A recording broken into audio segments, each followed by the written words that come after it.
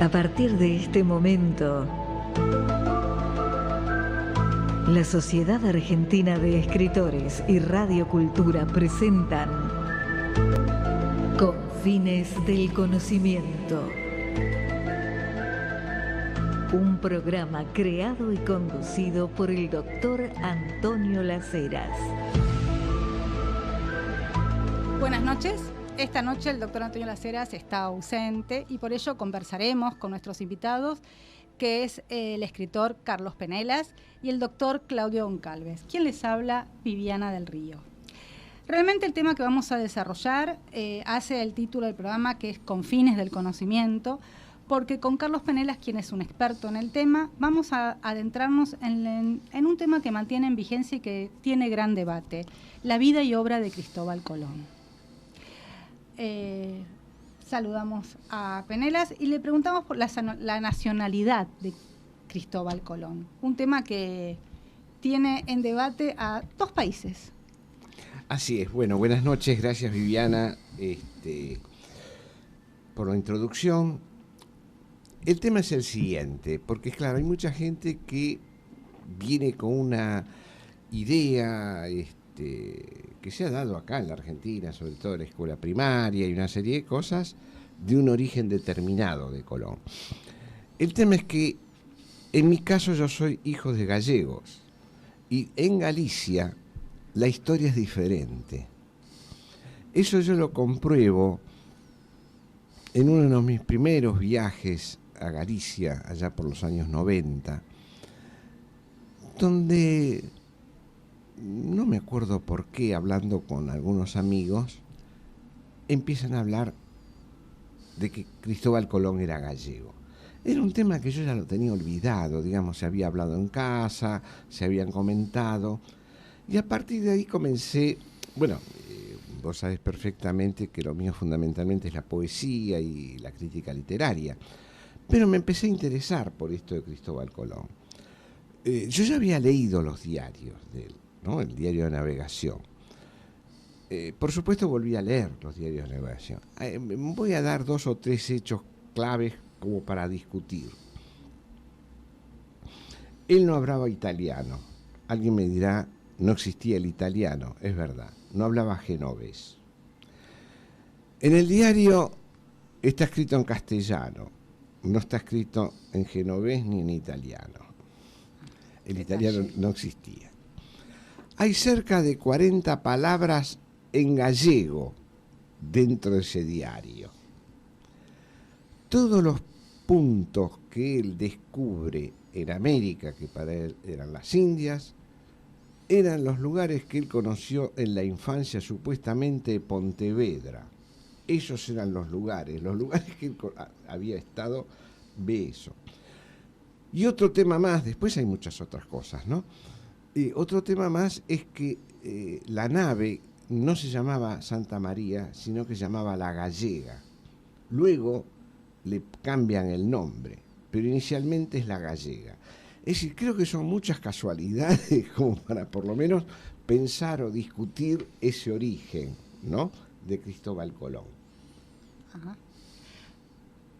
En los libros nos enseñan que Cristóbal Colón nació en Génova, sí, pero hay una opción de que realmente nació en España. Nació en Galicia, concretamente, Galicia. Por lo menos para muchos sectores, para España seguro. Porque además hay una cantidad de escritores e intelectuales que trabajaron sobre la función, o mejor dicho, la idea. En el acta oficial del funeral, el 20 de mayo de 1506, en Valladolid, dice: falleció de un parón cardíaco, a los 70 años, en senectud plena. Que Dios mantenga en la gloria a este galiciano. Es decir, a este galiciano lo ponen en el acta oficial del funeral de él. ¿Y qué era un galiciano?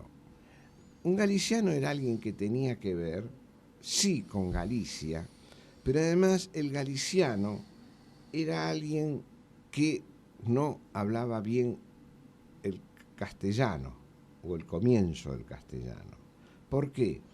Porque conocía más el gallego, o lo que era en aquel momento el gallego. Porque el galiciano, y acá viene otro elemento interesante, él estudia el Talmud. Ah, Él comienza a estudiar y a trabajar, mejor dicho, a trabajar desde el punto de vista de estudio, porque, digamos, esto que yo estoy diciendo de Cristóbal Colón gallego es algo que ya en el medioevo había corrientes sobre esto. En la documentación del siglo XV y XVI, el acta notarial de venta de la finca a Punta de Pollo, que es el lugar de nacimiento, era la casa de Colón de Pontevedra, la casa de los padres. La gallega es construida en los astilleros de Pontevedra.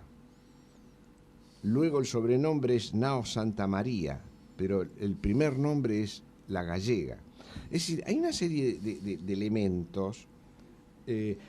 de observaciones que hacen que apuntamos a que en realidad era español. Claro, que era gallego, concretamente.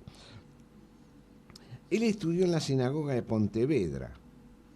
Hoy se llama Templo de las Apariciones, pero en aquel momento era hoy se llama una sinagoga.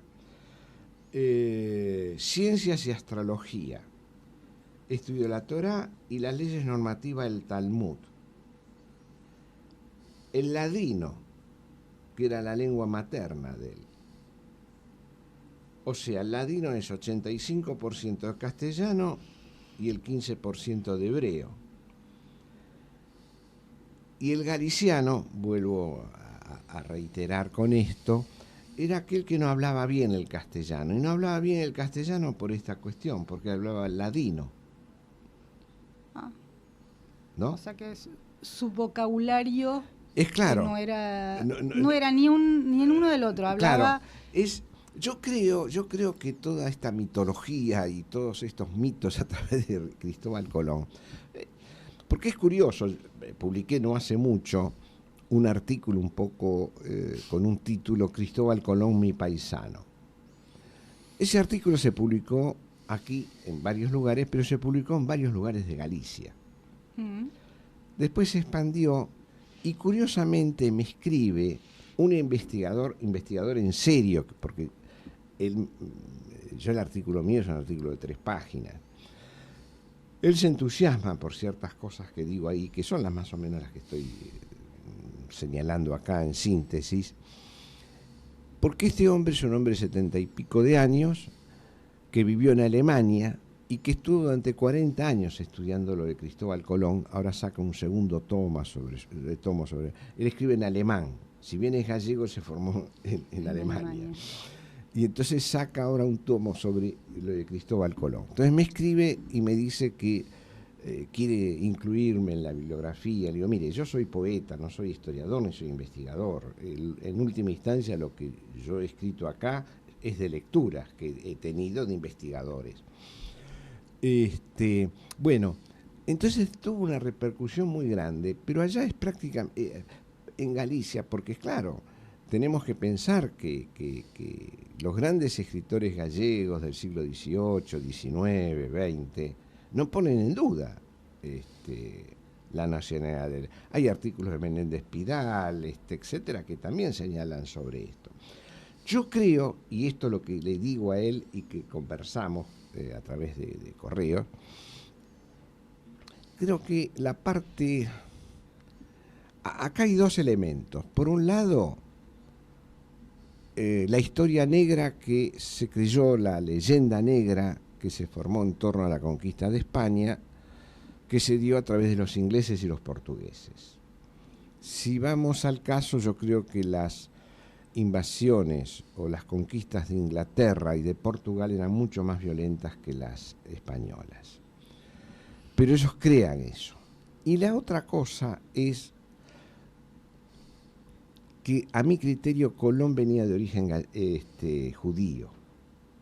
Pero por el lado materno. Por el lado materno.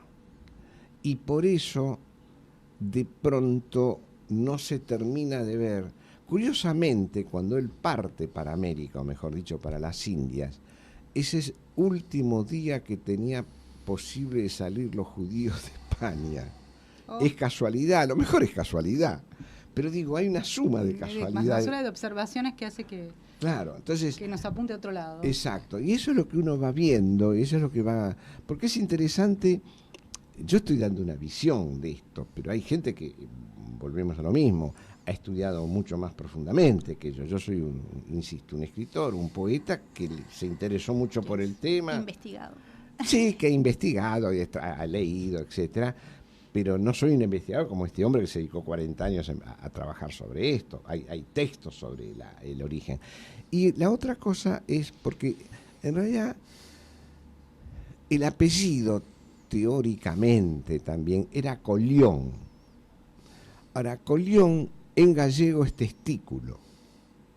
Entonces, claro, ya sobre esa época se le quita una L y se transforma en Colón. Que, claro, no sé por qué en Italia o en Génova es Colombo, pero el apellido era Colón. Y además, en esa zona eran los colones, o los colones, ¿no? Vamos a ir a una pausa y vamos a seguir con Carlos Penelas y le vamos a preguntar, vamos a hacer qué preguntas tiene Claudio Goncalves de los oyentes. Muchas gracias.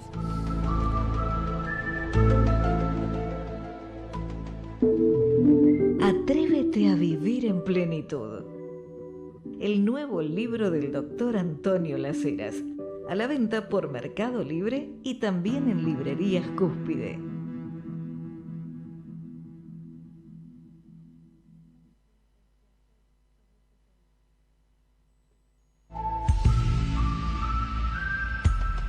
Usted está escuchando Confines del Conocimiento. Conducido por el doctor Antonio Las Heras. Bueno, acá Claudio, el doctor Goncalves nos va a decir qué es lo que pregunta. Buenas noches, Carlos, buenas noches, Viviana. Bueno, acá nuestro invitado de hoy dijo que tiene origen gallego. Bueno, en mi caso tengo origen portugués, y el día que llegó a Europa, que fue el 4 de marzo de 1493, llegó a Lisboa. Así que Colón tiene algún contacto con los portugueses, país de navegantes.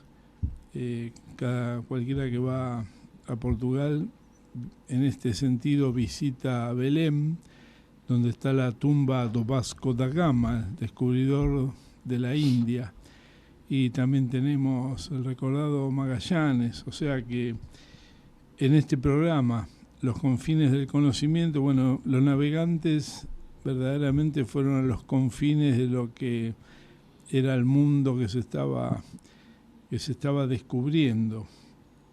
Y esto da pie para otros títulos que por ahí desarrollamos después, porque no quiero interrumpir en su visión a Carlos, pero recién se habló de la personalidad del hombre, dónde nació Colón, pero también hay otras dudas de, por ejemplo, qué mapas utilizó. Y está el famoso mapa de Piri Reis, que era un almirante y cartógrafo otomano elaborado en 1513, antes del viaje, que curiosamente hay otro turco que tuvo mucho que ver con este mapa, que se llamaba Colón con K. O sea, en Turquía. Esa es otra historia también. Sí. Claro. Te escuchamos. O sea que, bueno, todo esto es muy interesante. Yo, por más del origen portugués, soy un defensor de la hispanidad, ¿no? Porque, como bien explicaba Carlos, España sobre las tierras de América las tomó como parte de su imperio, el virreinato, la otra mitad del reino. Trajo órdenes religiosas que no mataron a nadie, trajo su lengua, la orgullosa lengua de Cervantes, trajo sus imprentas, creó 33 universidades en América en poco tiempo. O sea, hubo cosas positivas, a diferencia, como bien señaló Carlos, de la dura y cruel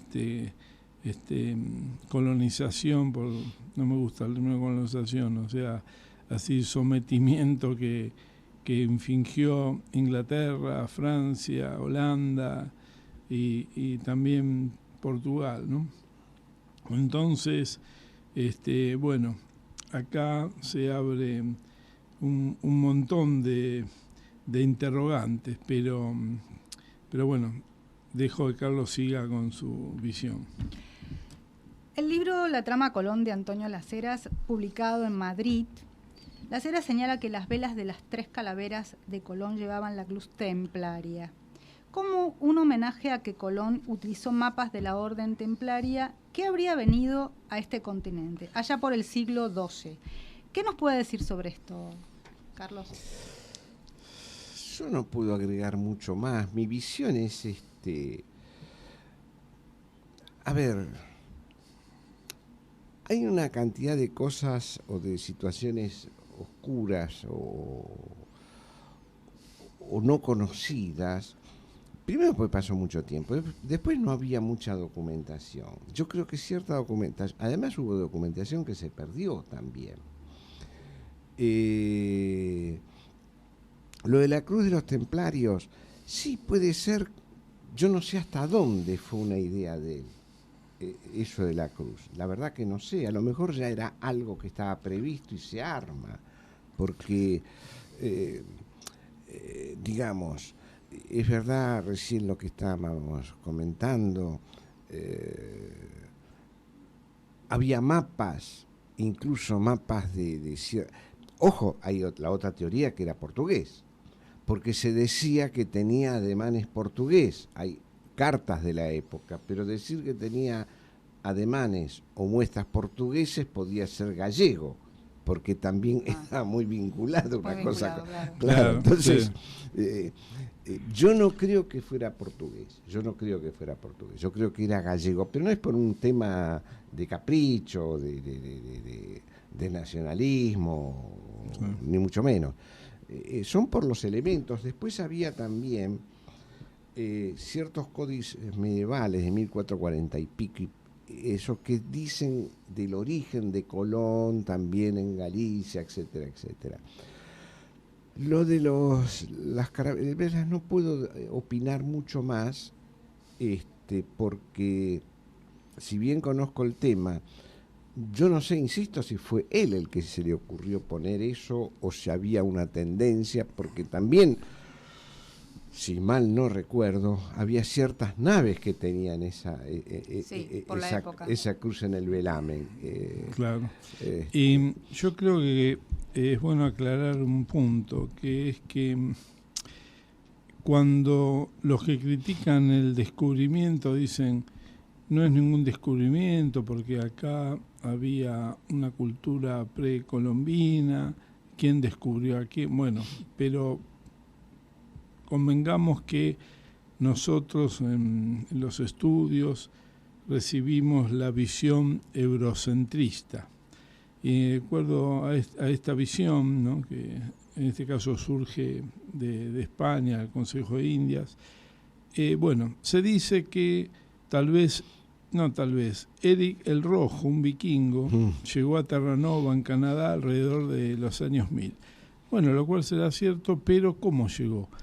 Llegó pensando que era esa isla una extensión de Groenlandia, llegó en forma privada, digamos. En cambio, la llegada de las 3 carabelas tiene otra connotación, porque era la misión oficial de un imperio. Había un plan, había un reino detrás, hubo toda una organización, toda una planificación. Sí, era un proyecto, digamos. Claro. Claro. Y por eso, quiero recordarle a los oyentes que uno dice, salió Colón de España, vino directo y llegó. No, vamos a hacer el derrotero.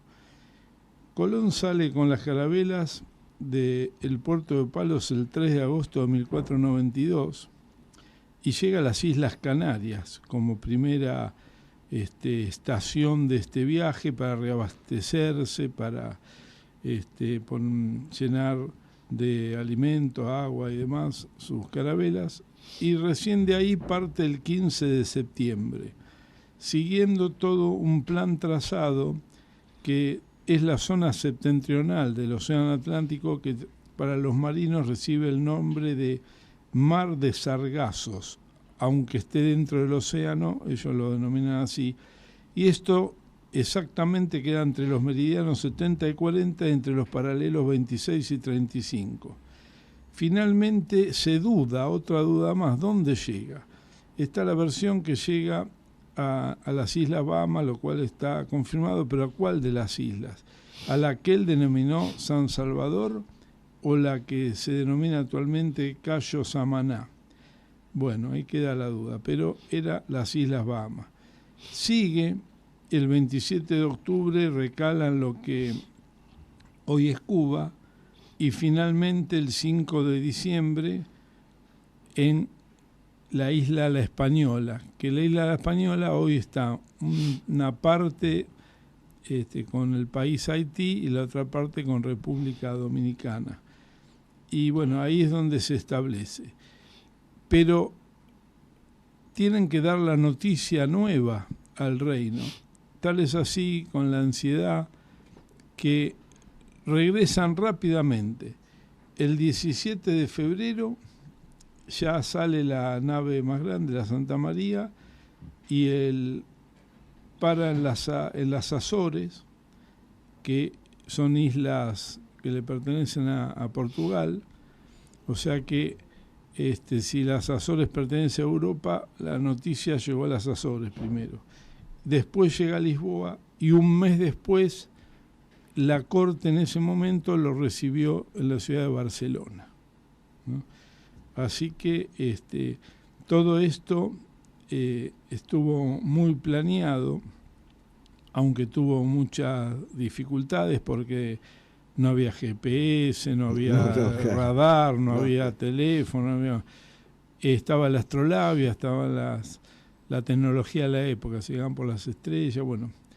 Pero Colón tuvo esa determinación que cuando todos tuvo 2 intentos de motín, uno muy fuerte, querían volver y Colón se impuso, bueno, la determinación lo llevó al supuesto éxito de coronar la misión, pero bueno, no sabemos dónde nació, no sabían si era América o las Indias, no sabían un montón de cosas, no sabían. Así que esto hace más apasionante el tema. No, claro, sin duda alguna.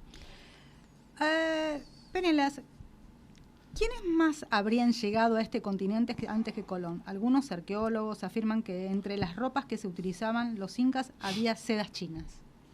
Bueno, eso sí, se dijo que había llegado también una expedición china, que creo que lo dije hace un rato, que había mapas chinos que teóricamente Colón había descubierto y los conocía y después se ocultó, o los ocultó, no los dio a conocer, pero él sí los conoció.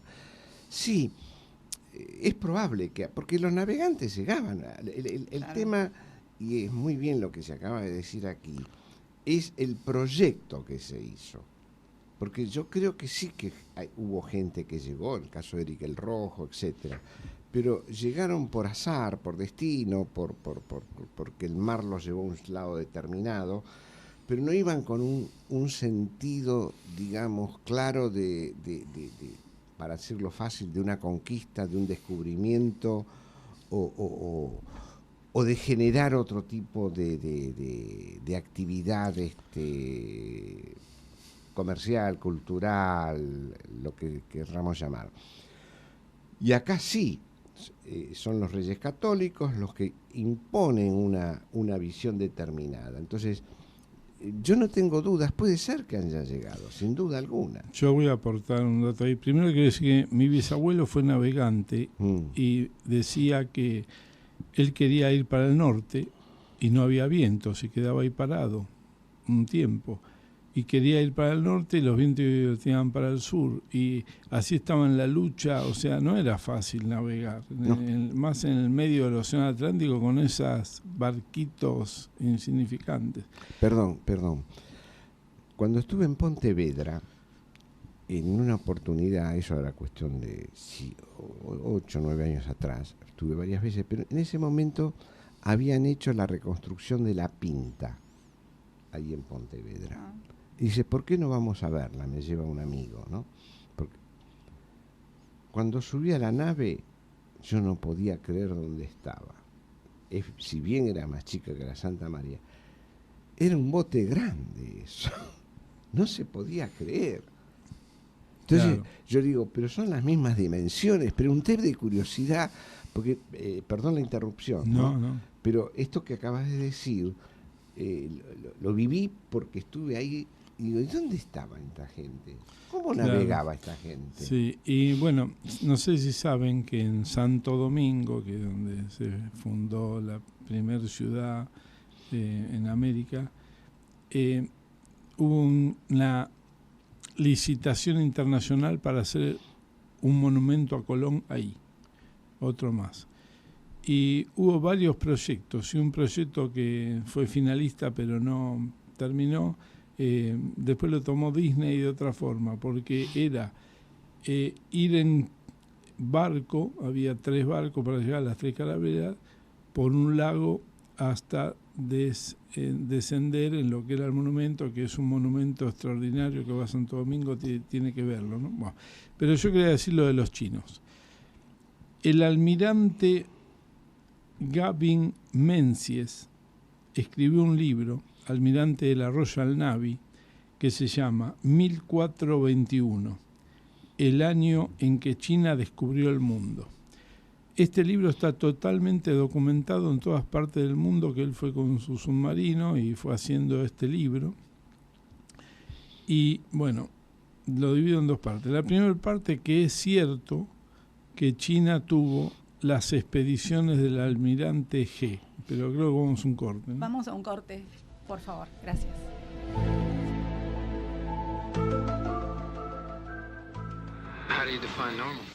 ¿Te interesa el tema de los ovnis? Si te interesa saber sobre los ovnis, tienes que leer ¿Qué hay detrás de los ovnis? Un libro de Antonio Las Heras. Pídelo en librerías Cúspide o por Mercado Libre.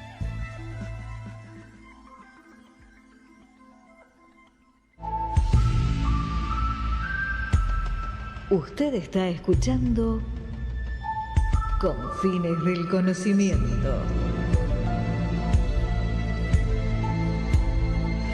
Conducido por el doctor Antonio Las Heras. Bueno, seguimos. Va a seguir con su explicación. No, bueno, decíamos que está probado que en la historia de China el almirante He hizo a pedido del emperador varios viajes con unos barcos que eran enormes y seguido de muchos barquitos, o sea, verdaderamente una flota.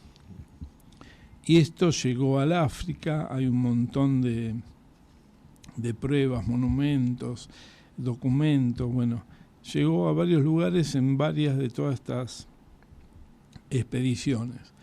Y la última, esta es la duda, el almirante Menzies dice que llegó a Brasil, cerca de Porto Seguro, que es donde llegó Cabral. Y acá quiero contar esto que me parece muy interesante. Los portugueses siempre viajaban cerca del continente, cerca del continente, pero cuando hacían la curva, la pancita de África, ahí se hundían muchas naves, porque había tormentas, malos vientos, entonces no podían llegar al sur de África. Y ahí está la genialidad de Vasco da Gama. Vasco da Gama inventa una maniobra naval que es conocida como la Volta do Vasco da Gama. La Volta do Vasco da Gama es que él siguió cerca del continente, pero cuando llega ahí a la Pancita se abre para el medio del Atlántico, dando una vuelta, alejándose. Al alejarse, ven aves que anotan la bitácora y dice, si hay aves para allá puede haber tierra. Pero él siguió su camino, hizo la vuelta y apareció en lo que sería hoy Angola, esquivando toda esa fuente de mal clima, y así, bueno, llegó al sur de África, después llegó a la India. Entonces, como todos los navegantes, esto es muy interesante, digamos que iban, por decirlo de algún modo, al club de navegantes a hablar y se contaban y se mostraban en matas. Cada navegante que venía tenía gente quien lo quería escuchar y le hacía preguntas y anotaban. Cuando leen la bitácora de Vasco da Gama, Cabral dice, bueno, el gobierno le dice, tú ve a investigar para el otro lado. Va para el otro lado y llegó a Porto Seguro, Brasil. Bueno, muchos años antes, en el último viaje del almirante G, dice el almirante Menzies que habían llegado los chinos. Pero, ¿por qué no se supo esto? ¿Porque somos eurocentristas? No, la explicación es que ese viaje duró 18 años. Y cuando llegó, imaginen la velocidad de estas barcas, muy lenta. Cuando llegó a China había habido como una especie de guerra donde el emperador que lo había enviado había muerto y había otros y no sabían dónde dejar la documentación y en algún lado quedó y se descubrió después. Como hace no muchos años se descubrieron los guerreros de terracota, y hacía miles de años que estaban ahí. O sea, hay cosas exacto, que, como bien decía Carlos, o se pierden o se descubren después. Pero bueno, entonces, si la historia eurocentrista, por supuesto, no registra porque sabían del almirante G, pero si esto se confirma, habría una historia diferente para conocer en Occidente. Sí, es real lo que decís, pero de todas formas volvemos a lo que comentamos antes. No había un proyecto, no hubo un proyecto. Y eso creo que es importante lo que señalaste. Acá hubo un proyecto. Otra cosa que creo haberlo dicho, pero bueno, perdonen si lo reitero, que en la documentación medieval está el apellido Colón en Pontevedra. Ese apellido está. Hay varios que eran con el apellido de Colón. Por eso reitero, creo que era gallego y pienso, no hay una documentación que... ¿No hay una partida de nacimiento de Colón? No, es curioso todo eso. Bueno, ¿no? Porque si Gardel tiene 3. ¿no? Claro, si tuviera una partida... es un poco como... a ver, en Pontevedra hay una casa que es la casa de nacimiento de Colón. Pero también la misma está en Génova. ¿no? Es decir, claro, y en uno con una bandera y otro con otro. Yo creo, insisto, creo que Colón era gallego, que hay una cantidad, sobre todo por la literatura, digamos, los cuadernos de viaje, los cuadernos de navegación, las palabras en gallego que hay ahí, porque son muchas palabras, no es una o dos, hay como 40, claro. 50 palabras en gallego. Y también tengamos en cuenta que hubo 2 ciudades-estado, potencias navales, como Venecia y Génova. Sí, claro. 1200 años. Entonces, ¿de dónde iba a ser un marinero? De una potencia, tenía que ser. Por eso, con ese claro. apellido, enseguida dijeron, no, este es de acá. Claro. Sí, en parte es eso, en parte es volver con... Pero claro, él también viaja con los 2 hermanos que eran grandes navegantes, que eran portugueses, también. Que también algunos dicen, no, uno no era portugués, el otro era gallego. Yo creo que eran portugueses, los portugueses eran grandes navegantes, sin duda. Pero insisto en la raíz, por eso entiendo yo que hay cosas que se han perdido y otras que creo que se han destruido, el origen judío de Colón. Yo creo que ahí hay un origen judío de Colón por la parte materna. La madre era judía. Es lo que se entiende que era judía. Sí, sí. Okay. Claro, porque había normas del imperio que no podían permitir a un judío ser adelantado, ser navegante. No, es imposible. Entonces, bueno, había cambios. Claro. Acá en la Argentina, bueno, pasa lo mismo con Perón, que en la provincia de Buenos Aires hay 2 localidades con 2 casas. ¿Cómo 2 casas de nacimiento? Claro, porque aparentemente el padre de Perón era tehuelche y la abuela o la madre arregló una partida que había nacido de un argentino no tehuelche, porque si no podía ingresar al colegio militar. O sea, claro, estamos hablando de 500 años más para acá. Sí. O sea, este tipo de trabas... No, claro. ¿Ya se hacían esas cosas? Sí, yo insisto, no estoy dando con fidelidad esto que estoy diciendo. Digo que es una sospecha, es una suposición que tengo, y por eso también tantas cosas que se han... Ahora, los datos son el cuaderno de navegación, el lenguaje de él, no hablaba genovés, no hablaba un dialecto italiano, para decirlo en forma más genérica, se expresaba en un castellano que era más bien ladino, con determinados tipos de características, porque volvemos con lo mismo, y hay ciertos elementos. Además, ¿por qué le pone la gallega y no Santa María a la nave? Y después se le cambia. Es decir, hay determinados tipos de elementos que son por lo menos para... ¿Quién cambia el nombre del barco? Lo desconozco eso. Ah. Sé que se cambia, lo desconozco. A lo mejor... Cuando él fallece, ¿dónde fallece? ¿Y dónde está enterrado? No, él muere en Valladolid, él muere en Valladolid, ahí es claro, de esto que había leído hace un rato sobre de un parón de corazón, ¿no? Uh-huh. Es un paro cardíaco. Teóricamente a los 70 años, teóricamente, porque tampoco se supo la edad de la muerte, porque tampoco se supo la edad cuando nació. Se calcula de acuerdo a eso. A su estado. Claro, es más, ya hace años en España hay corrientes que están tratando de buscar el ADN de Colón, a ver, y hay lucha con eso, si se puede hacer, si no se puede hacer, si se debe hacer, porque se calcula que tenía 70 años. Si son 70 años, vivió muchos años. Para la época, muchísimo. Claro. Sí. Para otros, decían tenía 55 años.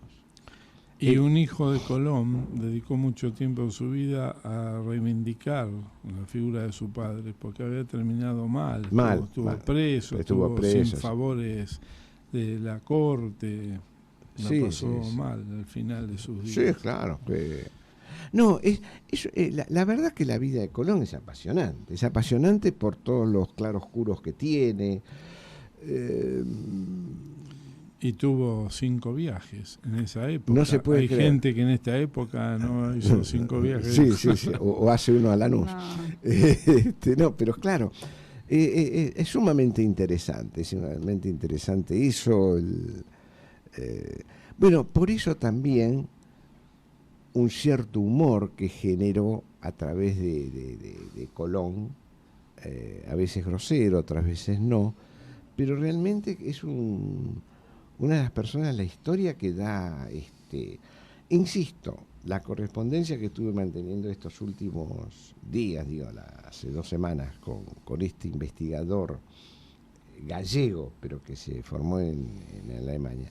Es curioso, porque ellos también tienen va a salir ahora el libro, incluso me dijo, me lo iba a mandar, un segundo tomo, etcétera, porque están buscando documentación.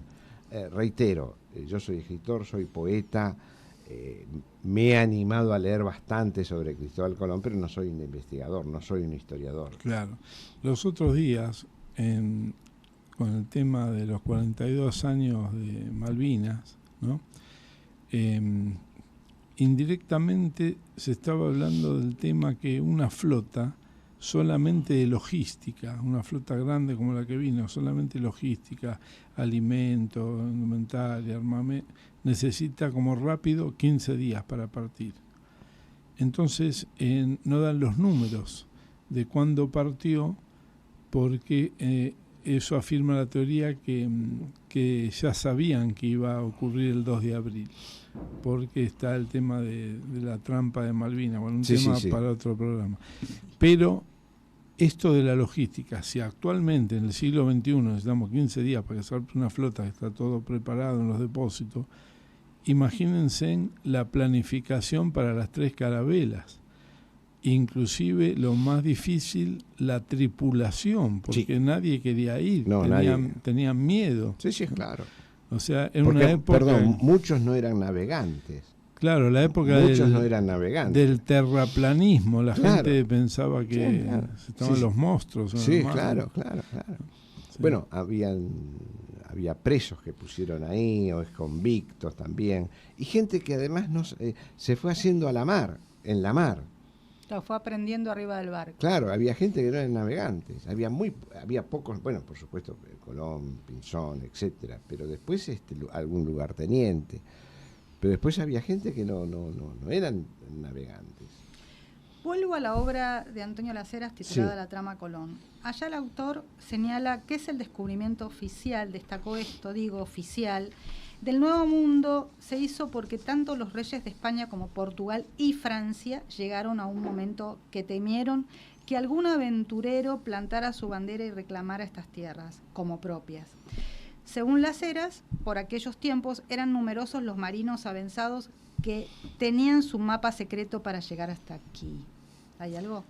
Bueno, primero aclaremos que existía el Tratado de Tordesillas que habían firmado los portugueses con los españoles, con el Papa. Es verdad. Donde no podía venir cualquiera legalmente porque la legalidad para este lado le tocaba a España.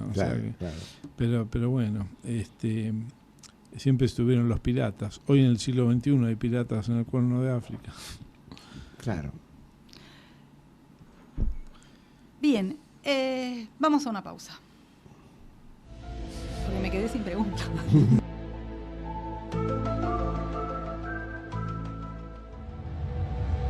Los miembros de la Sociedad Argentina de Escritores tienen libre acceso a la Feria Internacional del Libro de Buenos Aires, tener a la venta sus libros en el stand de la entidad y un espacio para dialogar con los lectores. Otro de los tantos beneficios de ser miembro de la Sociedad Argentina de Escritores.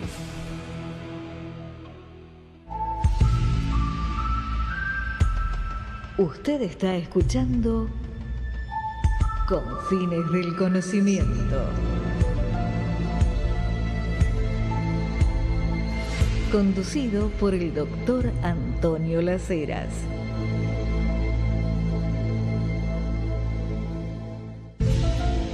Al final de este programa y le vamos a dar la palabra a Carlos para que nos haga un cierre de Cristóbal Colón. Bueno, el cierre, en primer lugar, agradecido por la compañía y además porque creo que se fueron aclarando determinados tipos de cosas, se dieron datos determinados, algunos que uno pudo responder y otros no, pero porque realmente no es fácil a veces. Uno no tiene muy claro, ya no estoy diciendo en mi caso, sino en el caso de la historia, por eso si no se discutiría tanto los orígenes de Colón. Totalmente, aparte una cosa es la que te enseñan en la escuela, otra cosa es la que lees en los libros y otra cosa es cuando estás ahí. Usted estuvo en el pueblo de Colón. Uno de los pueblos de Colón. Sí. No, estuve ahí y estuve además, insisto, con lo que les comentaba, lo de la Pinta, que fue notable subirme, porque una cosa es verla de abajo, que la ve chiquita, pero uno subido, está bien que era más chica pero igual era una cosa, una cáscara, realmente. Claro. Uno no puede creer cómo podía eso cruzar, yo creo que no cruzaba el Río de la Plata eso, ¿no? Y cuando hablamos del proyecto, no podemos dejar de mencionar que, si bien los españoles, como todos los imperios, buscaban riquezas y tuvieron el tema de la mita, el Yanaconago con los indios, no los indios, los naturales de América, perdón. No, está bien. Sí, ellos trajeron el mestizaje, o sea, mestizaje contra apartheid. Exacto. ¿No? Y el mestizaje lo vemos caminando por la calle en toda Latinoamérica, ¿no? O sea que hay un punto a favor. No, sin duda, y eso incluso lo dice Neruda,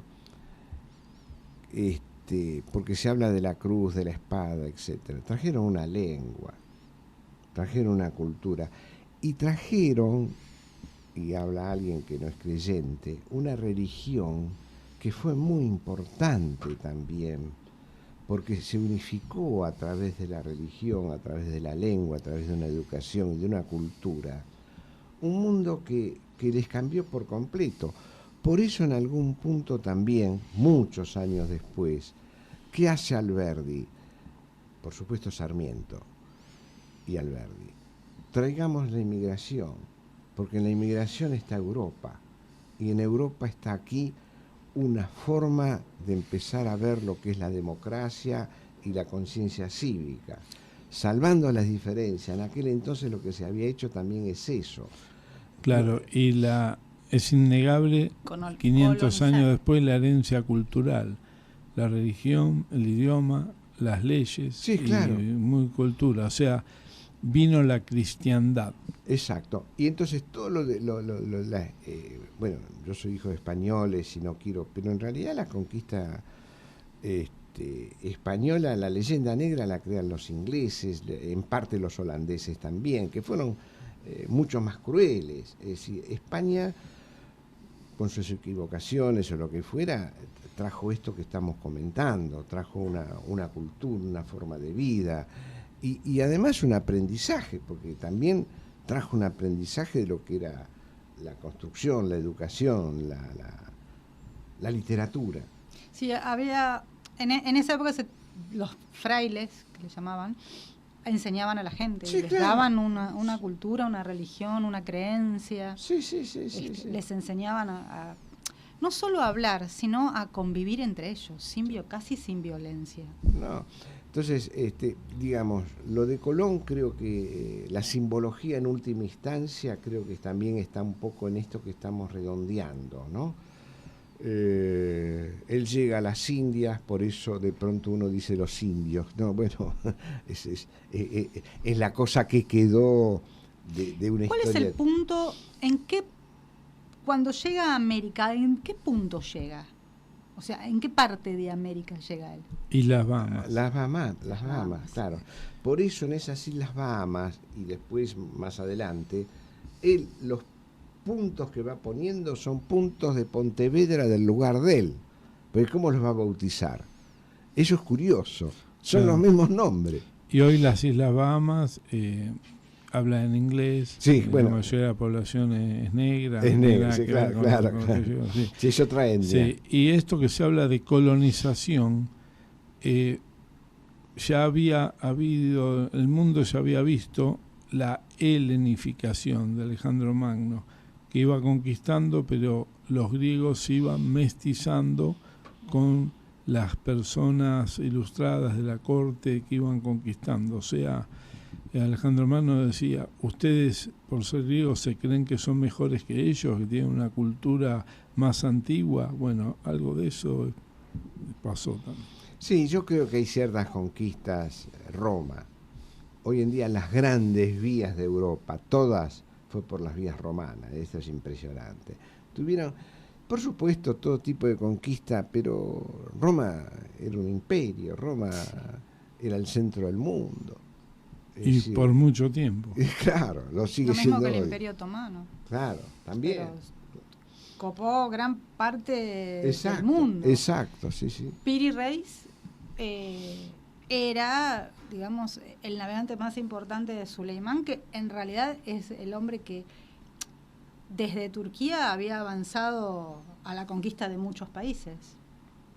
Así que... Totalmente. Bueno, terminamos esta noche y nos vemos la próxima semana. Muchas gracias a los invitados. Gracias. Buenas noches. Gracias, Viviana.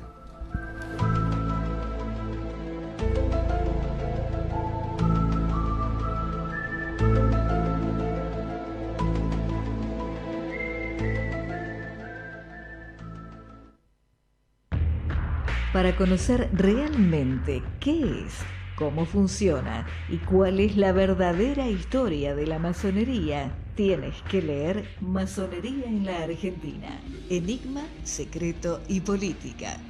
reciente libro del doctor Antonio Las Heras. Masonería en la Argentina, enigma secreto y política. Puedes adquirirlo en librerías Cúspide o pidiéndolo en Mercado Libre. Hasta aquí. La Sociedad Argentina de Escritores y Radio Cultura presentaron Confines del Conocimiento. Un programa creado y conducido por el doctor Antonio Las Heras.